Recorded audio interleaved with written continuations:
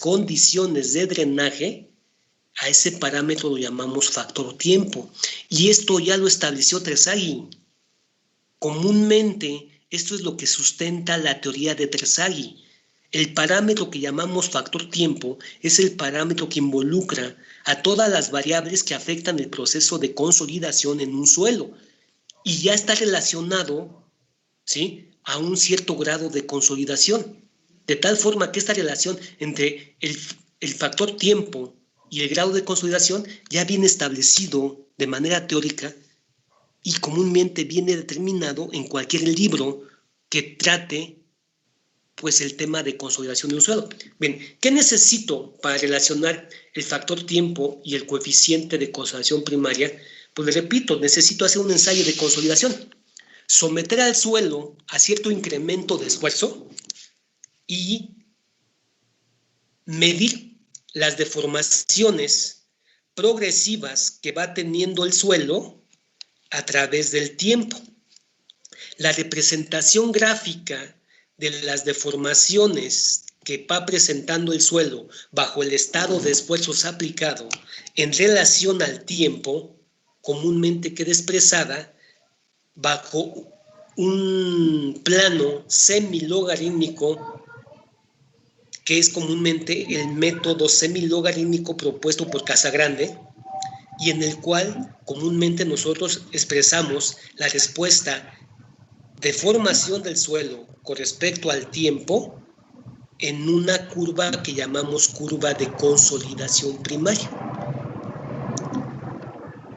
De tal manera que de cada esfuerzo que sometemos al suelo, nosotros, bajo el registro de las deformaciones que se van presentando a través del tiempo, pues sacamos la curva de consolidación del suelo.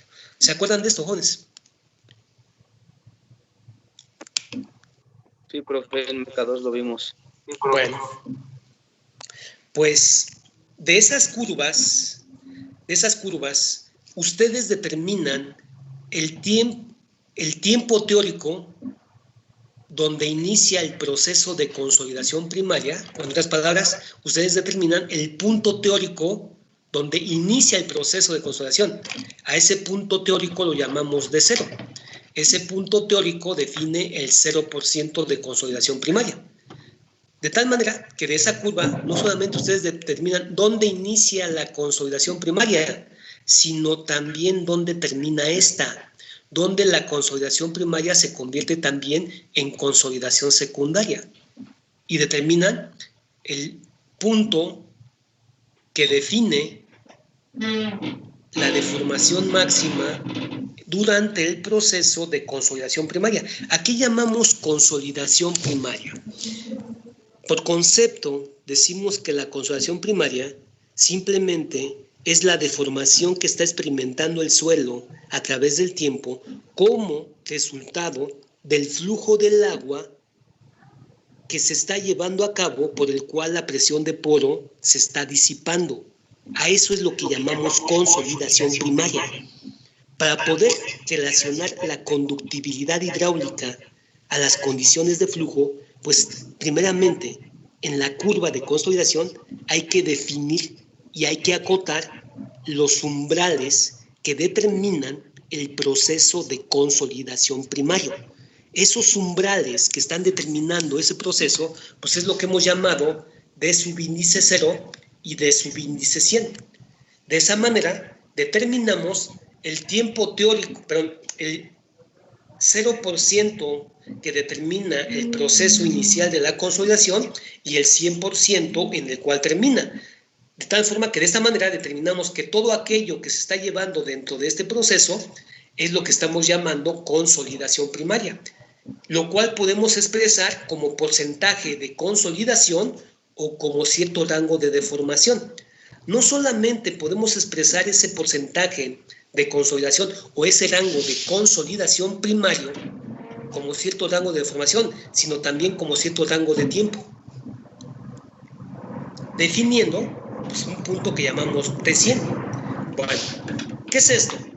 Que una vez que nosotros definimos de la curva de consolidación en dónde se está llevando el proceso de consolidación primaria, el coeficiente de consolidación primaria se determina asociando este al factor tiempo. Y el factor tiempo se asocia al grado de consolidación.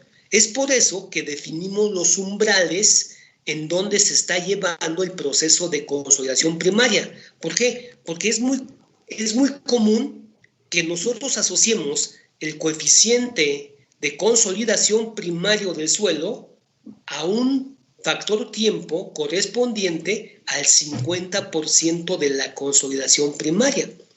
De esa manera, lo que nosotros necesitamos es determinar cuánto es el tiempo teórico en que el suelo alcanza su 50% de consolidación. Porque si de la curva de consolidación yo puedo determinar ese tiempo teórico que hemos llamado T50, pues entonces, conociendo el tiempo teórico de consolidación primaria que está experimentando ese suelo, que le repito, podemos determinar experimentalmente de las curvas de consolidación, conociendo las condiciones de drenaje que ustedes también conocen porque ustedes están montando la prueba, y este parámetro ya es un parámetro establecido por Terzaghi que comúnmente vale 0.197 cuando estamos hablando de un porcentaje de consolidación correspondiente al 50%. Por lo tanto, si este parámetro ya está establecido, este lo puedo determinar de la curva y este lo puedo establecer bajo las condiciones de drenaje en el cual hice la prueba, pues de aquí entonces ya puedo saber cuánto vale el coeficiente de consolidación primaria. Y si ya conozco este coeficiente de consolidación primaria, lo único que necesito para relacionar la conductividad hidráulica a las condiciones de compresibilidad del suelo es el parámetro que está midiendo la respuesta esfuerzo de formación.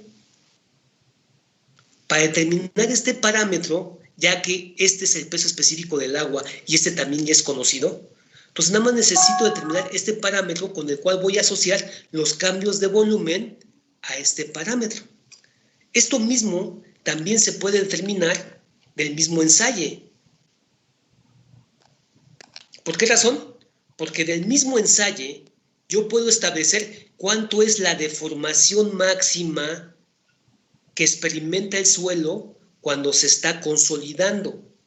Y del mismo ensayo puedo determinar cualquier rango de deformación dentro de ese proceso. Es decir, que si yo conozco la deformación que está experimentando el suelo, puedo convertir esa deformación a cambio de volumen y puedo expresar la deformación a un cambio en su relación de vacíos.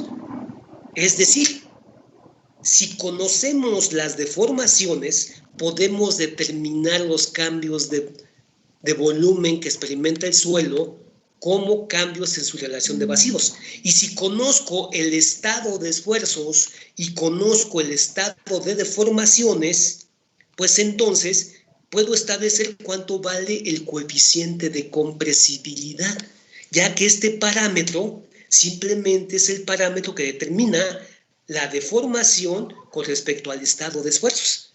¿Qué es esto? Que del mismo ensayo de consolidación, no solamente puedo determinar cuánto vale el coeficiente de consolidación primaria, también puedo establecer el cambio volumétrico que tiene el suelo y el coeficiente que determina ese cambio volumétrico. Es decir, todos estos parámetros los puedo determinar del mismo ensayo. Consecuentemente, pues entonces puedo determinar el coeficiente de permeabilidad del suelo asociado a las propiedades de compresibilidad del mismo. ¿Alguna duda?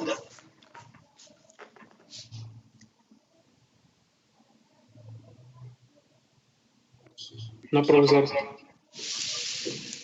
¿Los demás algún comentario? No, profesor. ¿Vamos bien todos? Sí. ¿Quedó claro? Sí. Bien, jóvenes. Pues entonces esto lo voy a explicar con un problema ya resuelto. ¿Sí? Bien, jóvenes.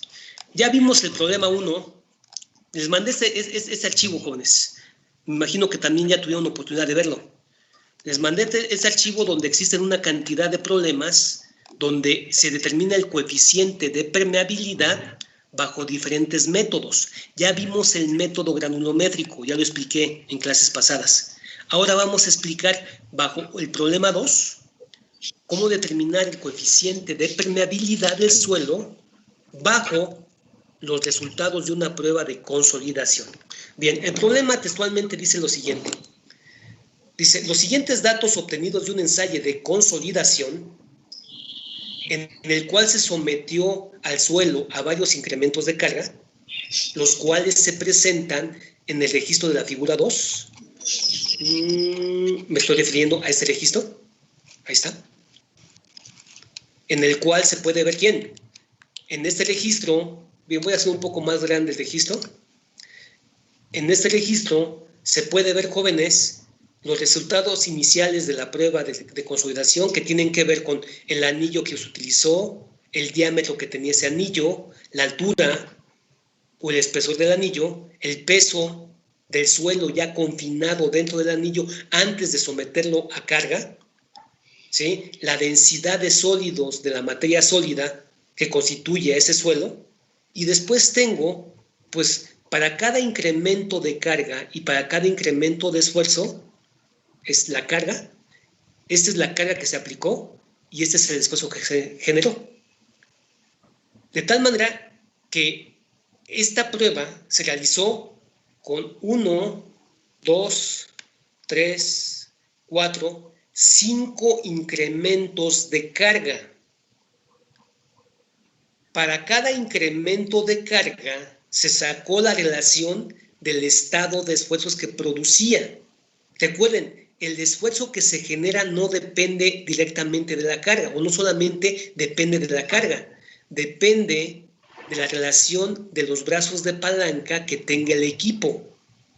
Pues bueno, el equipo que se utilizó me relaciona que para una carga de 0.5 kilos estamos generando un esfuerzo de 0.40 kilos por centímetro cuadrado. Para una carga de 1 kilo estamos generando un esfuerzo de 0.8 kilos por centímetro cuadrado. Y de esa manera, al suelo se le sometió a 5 incrementos de esfuerzo. Para cada incremento de esfuerzo se midió a través del tiempo las lecturas de un deformímetro, y con el registro de las lecturas del micrómetro o del deformímetro, ¿sí? Más o menos creo que aquí se ve o se especifica cómo es el ensayo. Ustedes aplican una carga aquí y dependiendo de las condiciones de los brazos de palanca, ustedes definen qué fuerza tienen aplicada acá y con el área del anillo donde están confinando al suelo, están registrando qué esfuerzo tienen. De tal forma, ¿sí?, que conociendo la carga aplicada, la longitud del brazo, la excéntrica en el cual se disipa el momento, podemos estimar una segunda carga Q, que es esta carga Q. Miren, este diagrama es exactamente el mismo diagrama de los equipos de consolidación que tenemos en el laboratorio de mecánica de suelos.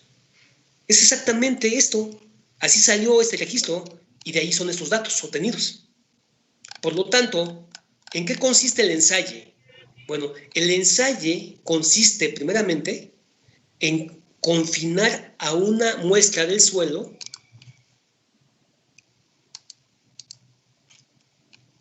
la cual colocamos dentro de un anillo.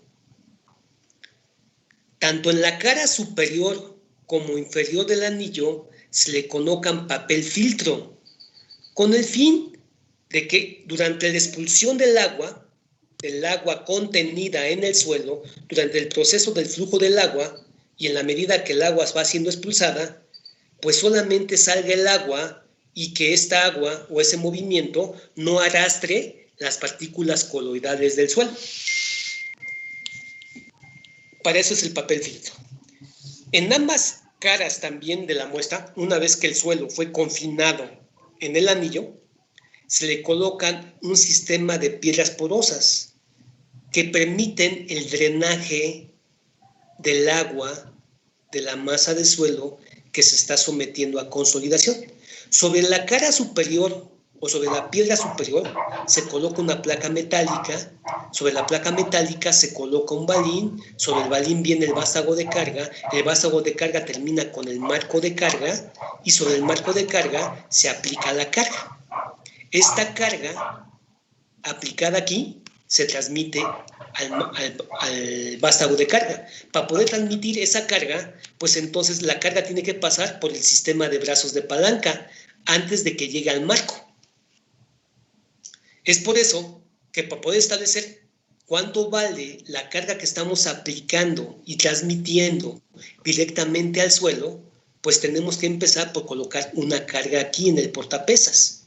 Y por eso tenemos que sacar una relación de cuánto vale la carga que estamos transmitiendo al suelo en relación a la carga que estamos aplicando en el portapesas. Para sacar esa relación, pues entonces tengo que sacar una relación de disipación de momentos por el tipo de equipo que estoy utilizando.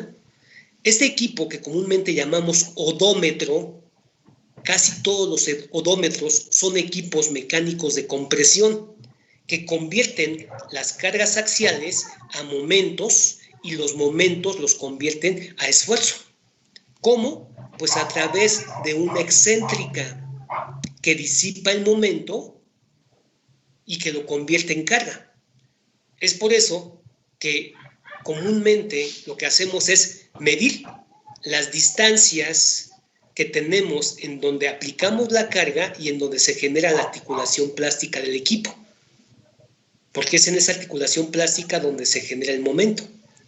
Este momento se disipa con bajo esta excéntrica. Es por eso que hay que medir la excéntrica entre la articulación plástica y el punto de disipación de energía, que es un pequeño marco de carga. Cuando esa energía se disipa, entonces ese marco de carga acciona este segundo brazo de palanca. Y para este segundo brazo de palanca también existe una longitud que determina dónde se está llevando a cabo la articulación plástica, que me provoca un segundo momento, el cual se disipa con otro momento con base a cuánto mide esta segunda excéntrica. Al final de cuentas, a través de este sistema de momentos que se disipan y que se producen bajo esta carga Q, pues entonces es como convertimos la carga Q a una carga F, que es la que realmente estamos mandando al suelo. Bueno, pues esta carga F o esta fuerza F que estamos mandando al suelo y que es la que está comúnmente transmitiéndose al testigo que estamos ensayando, es el que produce el esfuerzo que estamos transmitiendo. Pues bajo un principio básico que sabemos que el esfuerzo simplemente es la carga aplicada en la unidad de área. Bueno, pues para este equipo, que específicamente es el equipo que utilizamos en la escuela, pues hay una relación de los brazos de palanca que me hace que yo pueda convertir la carga aplicada a un cierto esfuerzo. Bien, ¿hasta ahí alguna duda?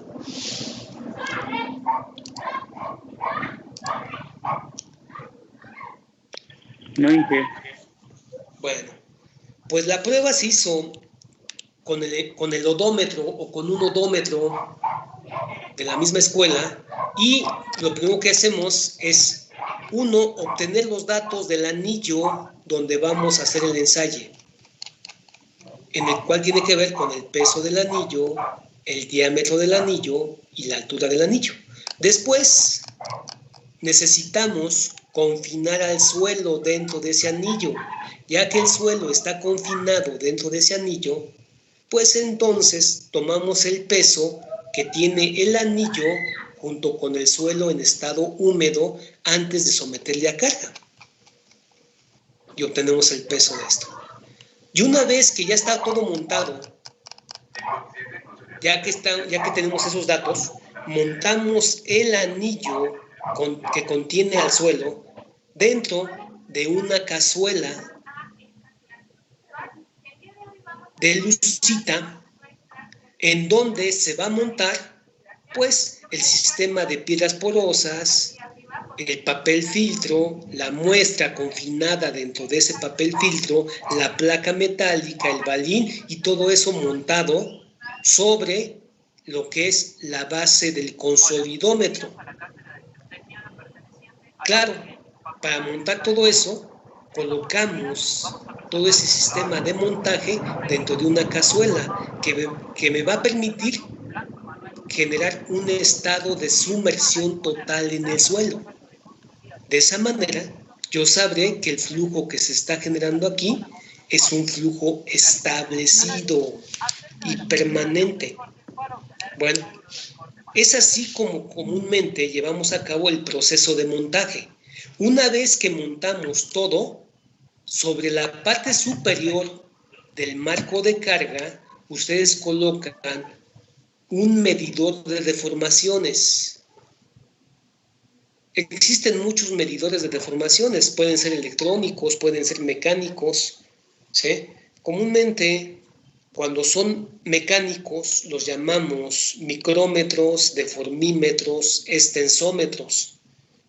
Cuando son analógicos o electrónicos, los llamamos medidores de desplazamiento que pueden ser de tipo LVDT, ¿sí? O simplemente pueden ser strain gauge. Bueno, al final de cuentas, sea que lo que coloquen ustedes aquí, simplemente es un aparato que va a medir cuánto se está deformando el suelo a partir de las lecturas registradas en ese micrómetro. Una vez que instalamos y que montamos todo, aplicamos la primer carga. Esa primer carga genera un primer incremento de esfuerzo en el suelo. De esa manera, generamos el primer esfuerzo transmitido al suelo y ese esfuerzo permanece constante el tiempo suficiente hasta que el suelo se va consolidando. ¿Qué es lo que pasa después? Pues que a través del tiempo vamos midiendo la variación de las lecturas del micrómetro que estamos registrando, porque con ello vamos a establecer el rango de deformaciones. De esa manera, para este incremento de esfuerzo, sacamos un registro, esfuerzo, deformación, tiempo, que me va a permitir poder construir una curva de consolidación.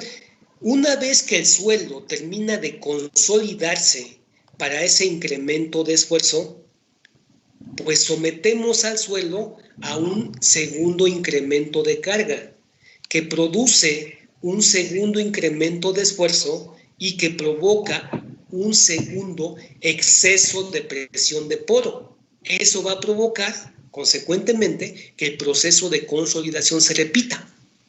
El suelo, a través del tiempo, va a experimentar cierto rango de deformaciones en la medida que ese exceso de presión de poro provocado por esa segunda carga se va disipando. Cuando termina el proceso de disipación, ustedes sacaron pues el registro correspondiente en cuanto al esfuerzo aplicado, la deformación generada y el tiempo transcurrido. Y eso se repite en cuanto número de incrementos de carga e incremento de esfuerzos vayan provocando, hasta que termina el proceso de carga, porque todo esto lo llamamos ciclo de carga. Una vez que terminamos el ciclo de carga, de esa manera también llevamos a cabo un proceso de descarga, en el cual medimos las expansiones elásticas que experimenta el suelo a través del tiempo como consecuencia de ir relajando el estado de esfuerzos. Cuando terminamos de llevar el proceso de descarga completo del ensayo, ahora sí, la muestra se recupera, se lleva al horno, se seca y de la materia sólida, de la materia ya seca del suelo ensayado, se determina se determina su densidad de sólidos, que es el parámetro que necesito para convertir a las deformaciones en cambios de volumen. ¿Por qué razón? Porque necesito expresar esta deformación como cambio en la relación de vacíos del suelo. Y la única forma de establecer la relación entre las deformaciones y convertirlas a cambios de volumen es conociendo la densidad de sólidos. ¿Alguna duda? De eso se trata el ensayo. Me imagino que lo hicieron. No solamente me imagino que lo hicieron, me imagino que también lo calcularon. Pero así, a grandes rasgos, de eso se trata el ensayo. ¿Alguna duda? No, Inge, todo bien. ¿No? ¿No hay ninguna duda? No. Bien, jóvenes, pues ahí está. Entonces, la prueba, ¿sí? Les repito, consistió en llevar a cabo, en someter a una muestra representativa del suelo, de un medio compresible, a un estado que pueda determinar su respuesta a esfuerzo de formación, asociado a deformaciones volumétricas que comúnmente se realiza a través de un equipo que llamamos odómetro. Bueno, se explica lo que ya les dije en cómo se monta el ensayo, ¿sí? Y se explica cómo se convierten las cargas a estado de esfuerzos bajo un ciclo de carga-descarga y cómo se tiene que sacar un registro, esfuerzo, deformación, tiempo para cada incremento de carga, tanto en el ciclo de carga como cuando estamos liberando de esfuerzos al suelo. De esa manera, de los ciclos de carga, deformación, tiempo, con esto se construyen las curvas de consolidación. Bueno, para este ciclo, antes de convertir esto en una curva de consolidación, lo primero que determinamos es el estado inicial que tiene el suelo. ¿Por qué? Porque el suelo, antes de someterlo a carga y antes de provocar el proceso de consolidación y antes de generar el flujo del agua, el suelo manifiesta un estado inicial que tiene que ver con sus espacios vacíos y la cantidad de agua que tiene en relación a la masa sólida. Por lo tanto, lo primero que tenemos que establecer es el estado inicial que tiene la masa de suelo antes de someterlo a carga. Es por eso que primeramente, jóvenes, calculamos ese estado inicial físico que tiene la materia del suelo. Y la materia del suelo, pues tiene una relación masa-volumen que está asociada al volumen interno del anillo en el cual se le confinó. Por lo tanto, de los datos que estamos obteniendo, de estos datos, pues nosotros podemos establecer las condiciones iniciales que tiene el suelo. ¿Y qué tengo como datos? Pues como datos tengo que la muestra de suelo se confinó dentro de un anillo que tiene un peso de 249,24 gramos, tiene un peso del anillo con suelo ya húmedo antes de someterlo a carga de 390,70 gramos y va a tener un peso del anillo con suelo seco, que es el dato que estamos obteniendo una vez que terminamos el ensayo de consolidación. Con la materia seca o la materia sólida se sacó el peso específico de los sólidos. Este peso específico de los sólidos o peso relativo de los sólidos o densidad de sólidos es un ensayo que se realiza de forma independiente al ensayo de consolidación y que es un ensayo que comúnmente ustedes hicieron en mecánica de suelos 1 a través, jóvenes, de aforar un matraz, a través de sumergir cierta cantidad de masa sólida en ese matraz y con base en ello establecer cuánto vale el peso relativo de los sólidos de la masa sólida del suelo. Tiene una altura inicial y tiene un diámetro inicial que fueron medidos. Ahí está. Estos son los datos iniciales. Con estos datos, lo primero que vamos a establecer es la cantidad de materia sólida y la cantidad de materia líquida que tengo en el suelo, pensando que el suelo es un suelo totalmente saturado. Y si está totalmente saturado, solamente tiene dos fases. La fase sólida y todo aquello que son huecos o espacios vacíos, que en teoría esos espacios vacíos están llenos de agua. ¿Hasta aquí alguna duda? No, Inge, todo bien. Bueno, pues lo primero que necesito determinar es el peso de la masa que estoy confinando dentro del anillo. Eso lo tengo simplemente por diferencia de pesos. El peso del anillo con el suelo húmedo y el peso del anillo. Eso me daría el peso de la masa del suelo, tanto líquidos como sólidos. Después puedo sacar el volumen de la masa del suelo, que no es más que el volumen interno del anillo donde confiné el suelo, que por las dimensiones y la forma que tiene, pues puedo sacar un volumen inicial. Con el peso y el volumen, pues puedo sacar su peso específico. Y también puedo establecer la cantidad de materia líquida que tiene el suelo antes de someterlo a carga. ¿Cómo puedo sacar la cantidad de materia líquida que tiene el suelo?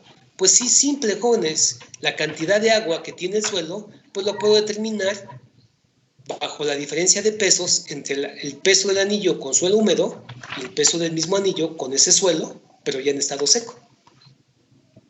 Esta diferencia me define la cantidad de agua que tiene el suelo.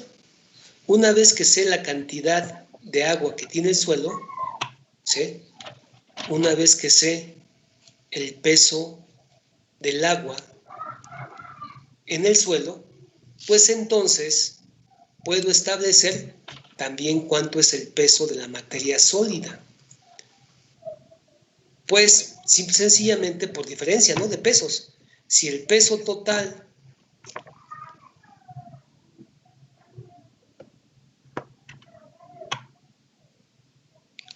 del anillo con el suelo seco, a eso le quitamos el peso del anillo, pues entonces sé también cuánto es el peso de la materia sólida, por sí solito.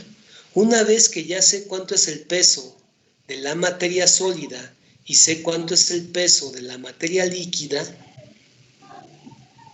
pues entonces puedo asociar esto, ¿sí?, a cierto cambio de volumen. Bueno, para esto necesito establecer una idealización de cómo está el suelo en condiciones iniciales. Es decir, el suelo está formado básicamente de dos fases: cierta cantidad de agua y cierta cantidad de sólidos. Que esa cantidad de materia dentro del espacio del anillo donde estoy confinando al suelo, pues representa cierto espacio de vacíos que están llenos completamente de esa agua y cierto espacio de sólidos, idealizando al suelo como un medio de dos fases, la fase sólida y la fase líquida, pues entonces puedo sacar una relación entre materia y espacio. ¿Cómo? Pues bajo un principio que tiene que ver, jóvenes, con lo que llamamos relación de vacíos y densidad de sólidos. Bueno, muy rápido, jóvenes. Si estamos pensando que esta masa de suelo la estamos descomponiendo en dos fases, que es la fase líquida y la fase sólida, y ambas fases están dentro del mismo anillo, pues entonces tengo cierto volumen ocupado por los vacíos que están llenos de agua y cierto volumen ocupado ¿por quién? Por los sólidos. El término volumen de vacíos, pues simplemente es el volumen de agua que está ocupando esos espacios vacíos. Y ese volumen de vacíos, por definición, todo volumen simplemente es el producto de una superficie por una altura.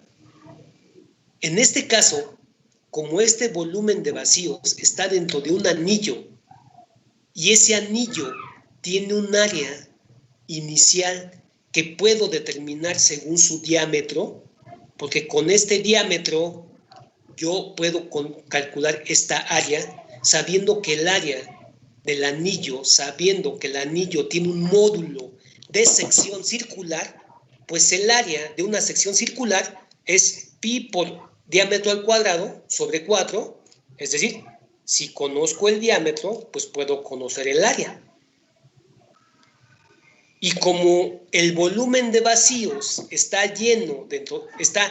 dentro de ese anillo, pues entonces ese volumen de vacíos lo puedo calcular como el producto de esa área del anillo por la altura que van a ocupar inicialmente los vacíos dentro de ese anillo.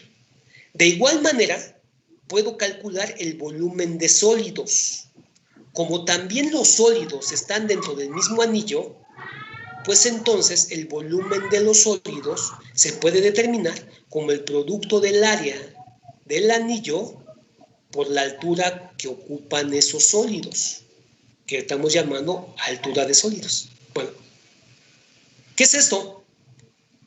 Que si ya nosotros establecemos que hay un parámetro geotécnico que relaciona el volumen inicial del suelo, que tiene que ver con su relación de qué cantidad de materia fluida hay en sus espacios vacíos y qué cantidad de materia sólida hay en su esqueleto sólido, y que a esa propiedad la llamamos oquedad o relación de vacíos, pues por definición, la relación de vacíos simplemente es el volumen de vacíos entre el volumen de sólidos. Y como el volumen de vacíos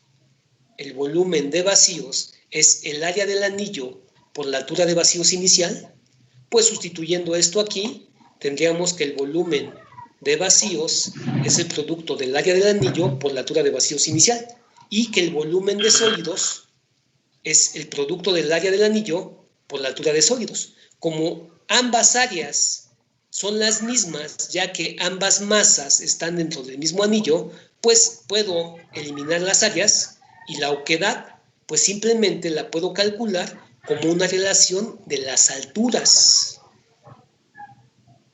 Es decir, ¿qué altura tienes inicial ocupado por los huecos y qué altura inicial tienes ocupado por los sólidos dentro de una altura total, que es la altura del anillo? Para poder establecer entonces eso, necesito, ahora sí, relacionar la materia a volumen. El parámetro que relaciona la materia al espacio es lo que llamamos densidad de sólidos. Y específicamente estamos diciendo que el peso de la materia sólida que está dentro de ese anillo, el peso de la materia sólida dentro de ese anillo, pues lo estamos determinando por la diferencia de los pesos que estamos midiendo. Y que para este ensayo específicamente y para estos datos, el peso de la materia sólida, por diferencia de pesos que estamos aforando, sacamos un peso de la materia sólida de 52.60 gramos. Es decir, este dato es conocido. Este lo saqué de un ensayo independiente. Me están diciendo cuánto vale la densidad de sólidos obtenido de un ensayo hecho específicamente a la masa sólida del suelo. Por lo tanto, si esto ya lo determiné, esto ya sé cuánto vale, y el peso específico del agua en condiciones ideales es 1 gramo por centímetro cúbico, pues entonces de esta ecuación o de esta igualdad todo es conocido excepto el volumen de sólidos. Pero a su vez, el volumen de sólidos es el producto del área del anillo por la altura de sólidos. De tal manera que esta igualdad la puedo expresar como esto. De esa manera, este valor es conocido, este valor también es conocido, este sabemos cuánto vale y este lo estamos sacando de un ensayo independiente. Es decir, todo en esta igualdad es conocido excepto la altura de sólidos. Por lo tanto, ya puedo despejar de esta igualdad cuánto sería la altura que están ocupando los sólidos dentro de ese anillo antes de que yo los someta a carga.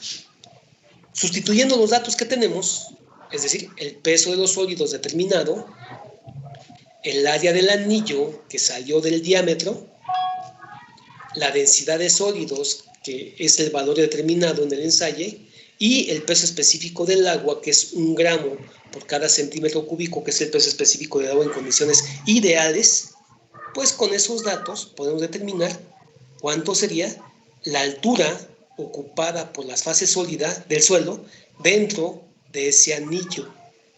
Y me está diciendo que la altura inicial de esos sólidos vale 0.402 centímetros, que equivalen a 4.02 milímetros.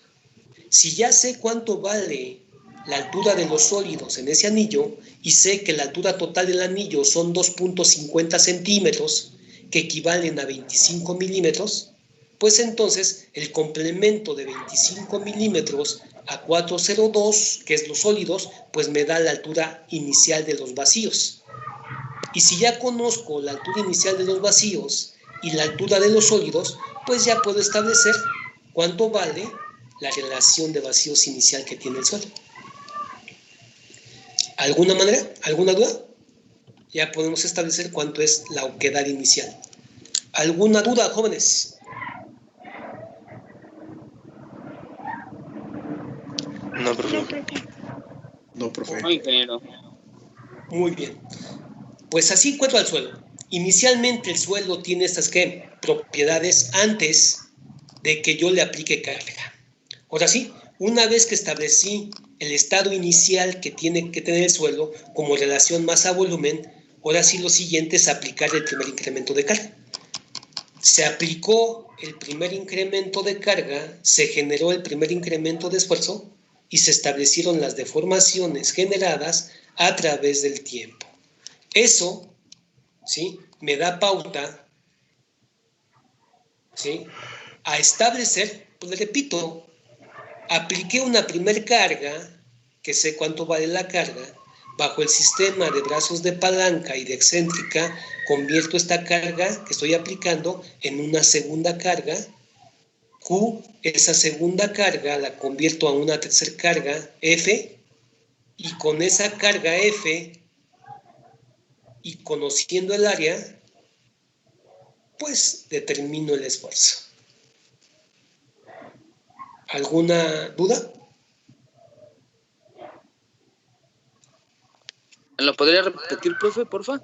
Sí, claro. A ver, una vez que establecimos las condiciones iniciales que tiene el suelo, estas condiciones iniciales, ahora sí aplicamos la primer carga. La primer carga genera el primer esfuerzo. ¿Cómo calculo este primer esfuerzo? Pues bajo una relación de brazos de palanca. Esta relación de brazos de palanca para el equipo, y le repito, esto solamente es para el equipo que tenemos en la escuela, porque esta prueba se hizo en la escuela, con los consolidómetros de la escuela. Esta relación que tiene que ver con estos brazos de palanca y estas excéntricas, este brazo de palanca y esta excéntrica, este segundo brazo de palanca y esta excéntrica, esta relación es de 39.8. Bueno, de esa manera, nosotros convertimos que la carga aquí se convierte en una carga acá. Por lo tanto, ¿sí?, esta carga P aplicada aquí, multiplicada por esta relación de brazos, me da la fuerza que estamos induciendo exactamente a la muestra. De esa manera sé cuánto vale la fuerza que estoy transmitiendo al suelo. Y ahora, si conozco el área donde estamos mandando los esfuerzos, que no es más que el área del anillo, pues entonces convierto la fuerza tributaria en el área del anillo, me da el esfuerzo. De esa manera, la carga de 0.5 kilos se convierte a un esfuerzo de 0.40 kilos por centímetro cuadrado, que es lo que aparece en este registro. que una carga de 0.5 se convierte a 0.40 como estado de presión. ¿Alguna duda? ¿Ahora sí? Sí, profe, Quedó... ahora sí. Entonces nada más se sustituyen, bueno, se van tomando las medidas, se sustituyen los datos y se van empleando esas fórmulas para obtener. Claro. Ustedes lo que hacen simplemente es medir este juego de brazos. Esto es lo que tiene el equipo. Ok. ¿Sí? Bueno, miren, no estamos en el laboratorio, pero si estuviéramos en el laboratorio, pues vamos y medimos cuánto es el brazo de palanca, cuánto es la primera excéntrica, cuánto vale el segundo brazo de palanca y cuánto es esta excéntrica. Y todo esto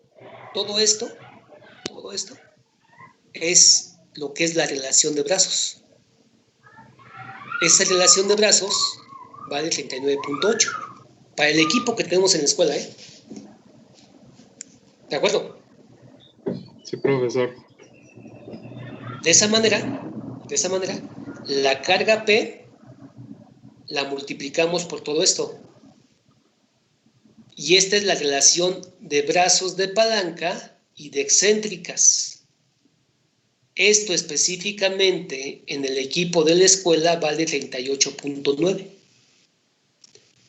Por lo tanto, si ustedes multiplican la carga P aplicada, por esa relación de 38.9, saben cuánto vale la carga que están mandando al suelo. Ahora, una vez que ustedes tienen esa carga en el suelo, la dividen en el área del anillo. Pues, ¿cuál anillo? Pues el anillo que están ensayando. Un área del anillo que equivale a 49.89 centímetros cuadrados, porque esa área define este diámetro. Pues con eso calculan el esfuerzo. ¿Alguna duda? Bien, permítame un momento. Bueno, Luis, ¿cómo estás? Ahorita abajo, Luis, dame un momento, ¿sí? Gracias, muy amable. Bien, ¿vamos bien? ¿Alguna duda? No hay que. Bueno, pues de esa manera sabemos cuánto vale el primer esfuerzo que estamos aplicando. Ahora, a partir de ese primer esfuerzo, se sacó este registro: esfuerzo,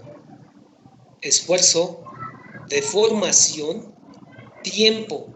Conozco los tiempos y conozco las deformaciones obtenidas de las lecturas del micrómetro que se leyeron en la medida que la presión de poro del suelo se fue disipando. Es decir, con este registro, esfuerzo de formación,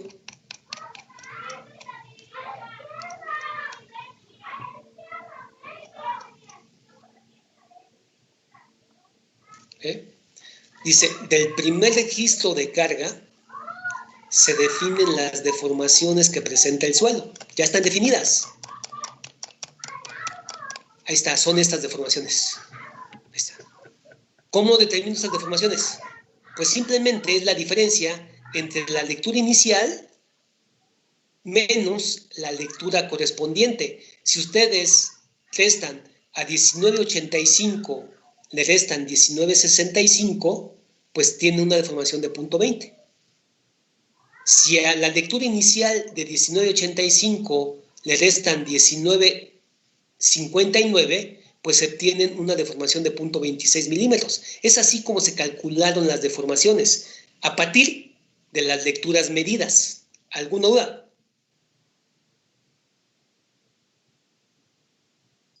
No, profesor. No, profe. Bueno. No hice. Y dice que una vez del primer registro de carga, ¿sí?, en el cual ustedes determinan las deformaciones que se van presentando en el suelo como una diferencia entre la lectura inicial del micrómetro y las lecturas correspondientes, pues de esa manera se sacan las deformaciones que me llevan a tener el primer registro esfuerzo, deformación, tiempo. Dice, vea las columnas de los registros de la figura 2, pues me estoy refiriendo a este registro. ¿De acuerdo? Bien, aquí viene explicado el proceso, ¿eh? O sea, hasta eso, no solamente se lo estoy explicando, sino aquí textualmente dice todo el procedimiento. Bueno, pues con ese registro, ¿sí? Se tiene que determinar, primeramente, la curva de consolidación del suelo. Para eso, aquí está registrado esa curva. Ahí está. Estos puntos que están aquí, simplemente es la relación entre la deformación del suelo y el tiempo. Es por eso que en este registro, pues tengo varios puntos, porque esos puntos, cada punto, me está determinando la relación de la deformación medida, que comúnmente se expresa como ordenadas, correspondiente al tiempo transcurrido, que se expresa como abscisas, comúnmente en una escala logarítmica.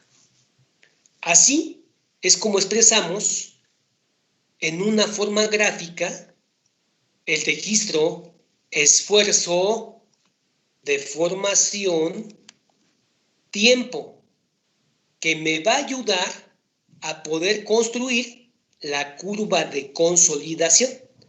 ¿Alguna duda en cuanto a lo que definen estos puntos dentro de este espacio geométrico? No, profe. Pero bueno, sí tengo una duda. Claro. En cuestión de que, por ejemplo, no sé, a lo mejor no nos den los datos completos de las tablas de consolidación, pero sí nos den los datos de la curva granulométrica. Bueno, más bien, perdón, de esta curva de esfuerzo de formación. A lo que voy es que, no sé, se podría hacer como que en algún examen o algo así, algún tipo de trampa o engaño para que nosotros determinemos, y de ser así, ¿cómo lo podríamos determinar? No sé si me explico. Ok, a ver, creo que ya te entendí. Miren, ay Dios.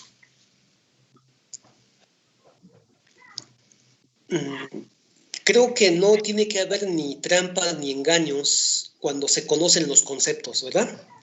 Ajá. En otras palabras, creo que no tiene forma de establecer una trampa o un engaño a alguien que conoce los conceptos y que si no me dan este registro, porque es lo que puede pasar. Si a mí no me das este registro, pues lo que puede pasar es que me des los parámetros ya calculados, es decir, que ya me ahorres toda esta talacha y que solamente pues ya me des los valores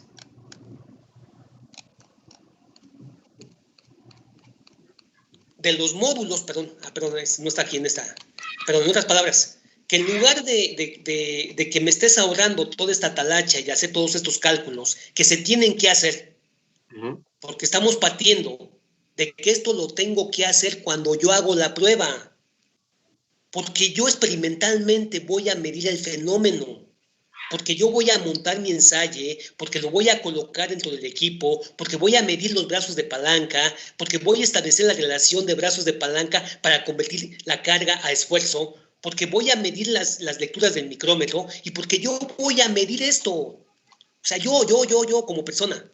Ajá. Y tengo que hacer toda esta talacha para llegar a calcular los módulos. La otra es que no me des todo esto, como tú dices, en un examen, ¿sí? Y que en el examen, en lugar de darme todo esto, ya me des cuánto valen esos parámetros. Okay. Porque puede pasar, ¿eh? Sí. Y no es que sea trampa. Por ejemplo, si yo te doy este parámetro y te doy este parámetro, pues ya con eso puedes calcular cuánto es el coeficiente de permeabilidad.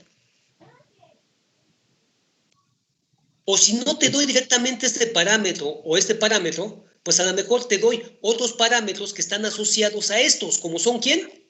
Pues estos parámetros que vienen acá. Pero si tú conoces los conceptos, pues yo no sé dónde está el engaño. Porque al final de cuentas no pretendo engañarte.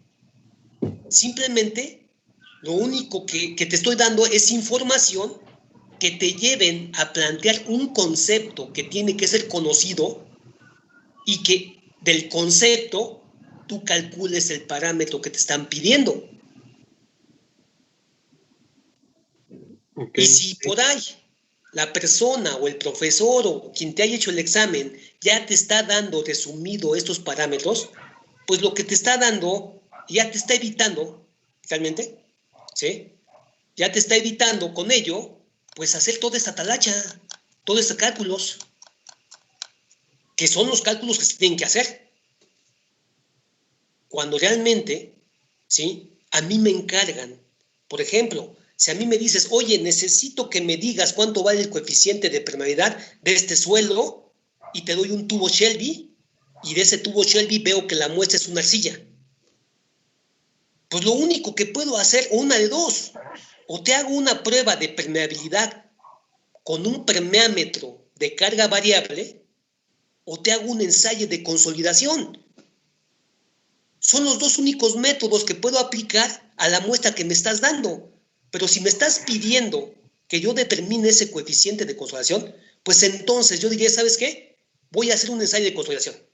¿Por qué? Porque a través del ensayo de consolidación te puedo dar el parámetro que me estás pidiendo. ¿Pero qué tengo que hacer? Pues montar la prueba, hacer el ensayo, medir las deformaciones, calcular los datos y hacer toda esta talacha para que de esta talacha yo pueda llegar a calcular estos módulos. Y una vez que conozca estos módulos, ya relaciono la conductibilidad. No sé si quedó claro o si a eso te referías con tu pregunta. Sí. Sí, a eso me refería. Bueno, miren, no hay trampas, ¿eh? No sé si se encontraron por ahí ustedes con ciertos maestros que les ponen trampas. Yo no le veo trampa cuando el alumno sabe el concepto. ¿Sí? Cuando el alumno sabe lo que está haciendo, cuando el alumno sabe lo que está aplicando, cuando el alumno está consciente del desarrollo que implican los cálculos para llegar al concepto y del concepto sacar lo que le están pidiendo, pues no me pueden engañar. O sea, me pueden preguntar lo que tú quieras y me pueden esconder la información, porque es lo que están haciendo. A lo mejor el maestro les está escondiendo la información dentro de un parámetro. Pero si yo sé que este parámetro relaciona esto, y esto me relaciona esto de acá, y esto me relaciona a un registro de esfuerzo de formación, y el registro me relaciona a una curva, pues no hay manera que me engañes. ¿Me vas a engañar? Cuando yo como alumno, pues no sé ese concepto. ¿Se entiende? Sí, profe. ¿De acuerdo? Sí, gracias. Bueno, pero yo no soy así, jóvenes, ¿eh? Así que no se preocupen por eso.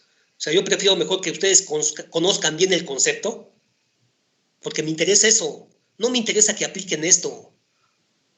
El conocimiento, si no se aplica bajo el hecho que estamos conscientes de qué significa el concepto, no sirve de nada.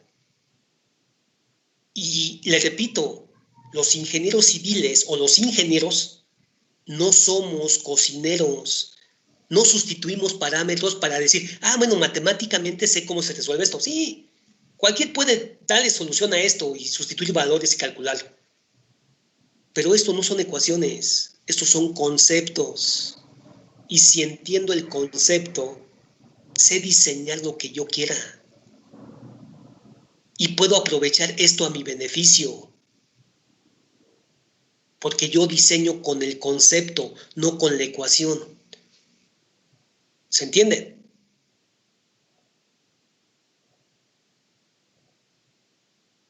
Sí, profe. Bueno.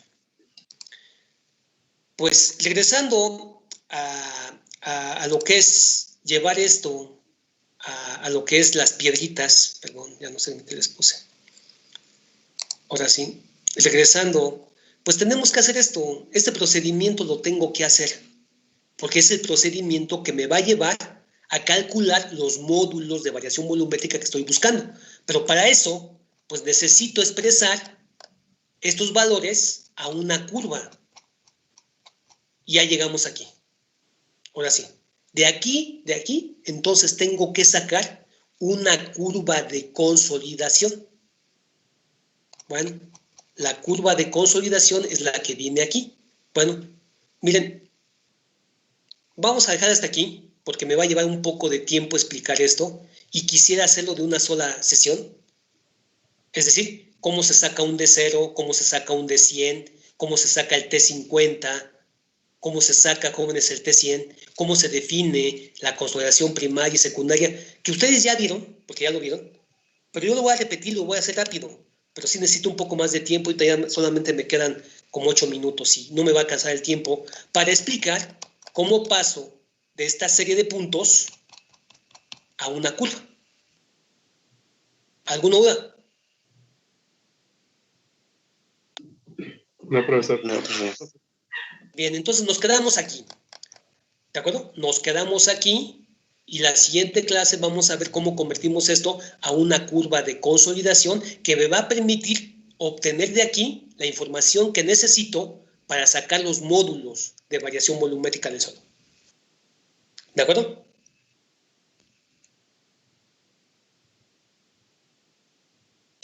De acuerdo, profe.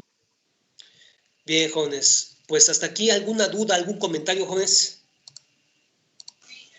No, sí, todo bien. Muy bien. ¿Los demás? ¿Está bien? Sí, todo bien, ingeniero. Todo bien, ingeniero. Bien, Todo bien. jóvenes. Pues nos vemos la siguiente clase. Cuídense, jóvenes. Que tengan buen día. Y hasta luego, profe. Igualmente, ingeniero. Gracias, igualmente, hasta luego.